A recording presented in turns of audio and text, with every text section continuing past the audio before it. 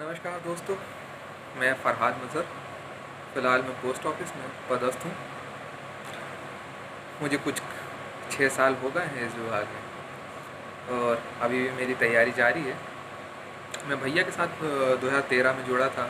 4-5 महीने मैंने क्लासेस की रेगुलर, और फिर उसके बाद मेरा कई जगह सिलेक्शन हुआ, जैसे कि एसएससी में, उसके बाद ITI TO, post office, air force, railway, ordnance factory.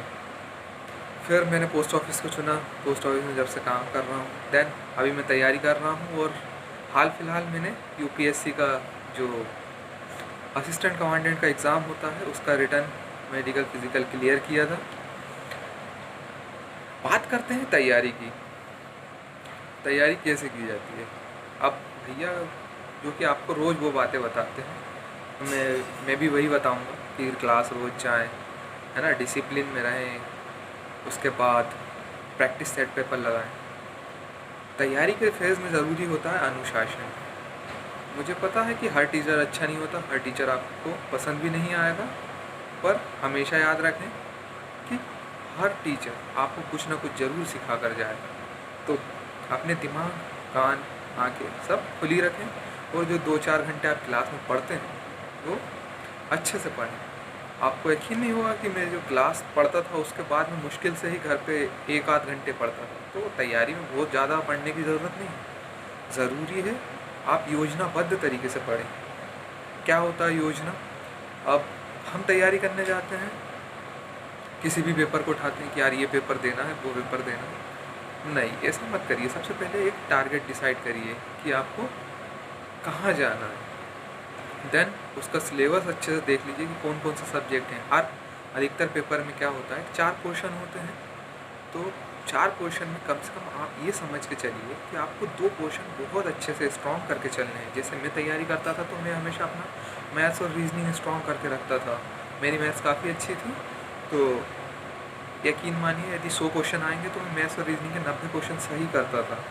तो मुझे वो वहाँ प्लस पॉइंट रहता था। और जीके और जो भी अगला पोर्शन होगा, इंग्लिश, हिंदी या कुछ कंप्यूटर, मैं दोनों को एवरेज रख के चलता था।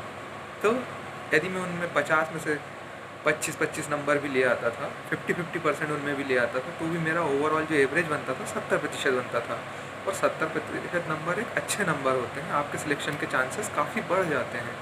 तो आप लोग भी अपनी रणनीति पर काम करिए। 2 सब्जेक्ट आप उनमें डिसाइड करिए कि आप लोगों को क्या अच्छा लगता है। मुझे लगता है कि रीजनिंग हर व्यक्ति कर सकता है, तो आप अपनी रीजनिंग को तो स्ट्रॉन्ग करिए। देन जिसका मैथ्स अच्छा हो मैथ्स स्ट्रॉन्ग करे, जिसका जीके अच्छा है वो जीके स्ट्रॉन्ग करे। मैथ्स को तो कम से कम आप एवरेज पे लेके आइए, डरिए मत किसी सब्जेक्ट से। उसके बाद भैया आपके लिए इतना एफर्ट लगाते हैं, थोड़ा एफर्ट आप लगाएंगे तो आराम से सिलेक्शन होगा। जो आप क्लास में पढ़ते हैं उसके बाद घर पे जाके 2 से 3 घंटे भी आप यदि पढ़ते हो तो आराम से सिलेक्शन 2 से 3 महीने में, 4 महीने में हो ही जाएगा। अब बात करते हैं प्रैक्टिस सेट पेपर की। बच्चे क्या करते हैं, प्रैक्टिस सेट पेपर लेते हैं, लगाते नहीं हैं। अब मैंने जो 4-5 महीने में कम से कम 200-300 प्रैक्टिस सेट पेपर लगाए। सिर्फ लगाने का अर्थ ये नहीं क्लास में उन्होंने आंसर बता दिया, हमने टिक कर लिए और घर ले जाके प्रैक्टिस सेट पेपर को फेंक दिए। आपको अपनी गलतियों को एनालाइज करना पड़ेगा, आप उसी से ज़्यादा सीखोगे। चाणक्य भी कहते हैं कि अपनी गलतियों से ज़्यादा दूसरों की गलतियों से सीखो, क्योंकि अपनी गलतियों से आप सीखोगे, गलती करते करते तो आपका जीवन ख़त्म हो जाएगा, तो आप सीखोगे क्या। तो जो दूसरे गलती कर रहे हैं उनसे ज़्यादा सीखिए, और जो अपनी गलती है उनको जल्द से जल्द सुधारिए, जिससे कि आपके सिलेक्शन के चांसेस बढ़ जाएँ। बाकी भैया आपके साथ हैं तो मुझे लगता नहीं कि आप लोगों को किसी समस्या का सामना करना पड़ता होगा। वैसे भी जब से भैया आए हैं इटारसी में एक अलग माहौल है। इससे पहले तो नौकरी पाना बड़ा कठिन काम माना जाता है। भैया ने तो एक नया मतलब क्रांति टाइप की चालू की है। मैं चाहूँगा कि आप सभी भैया का सहयोग करें, जो भी भैया आपको मार्गदर्शन दें उसको आँख बंद करके फॉलो करें। और कुछ भी आपके पास अच्छा सजेशन हो तो वो भी भैया को बताएं, क्योंकि जितना मैं भैया को जानता हूँ, भैया हमेशा सबके सजेशंस का स्वागत करते हैं और अच्छे सजेशंस को फॉलो भी करते हैं। क्योंकि मैंने अपने टाइम भैया को काफ़ी परेशान किया था, तो मैं भैया से बात करने में कभी डरता नहीं था। तो नतीजा उसका ये है कि मैं अपनी सक्सेसफुली अपनी जॉब कर रहा हूँ और आगे भी एग्ज़ाम्स क्लियर कर रहा हूँ। आप लोगों से भी मैं आशा करूँगा कि आप लोग भी जल्द से जल्द वो मुकाम हासिल करें और सफल हों, और भैया का और अपने मम्मी पापा दोनों का नाम रोशन करें। धन्यवाद। आशा करता हूँ मेरी बात आप लोगों तक पहुँच गई होगी। शुक्रिया।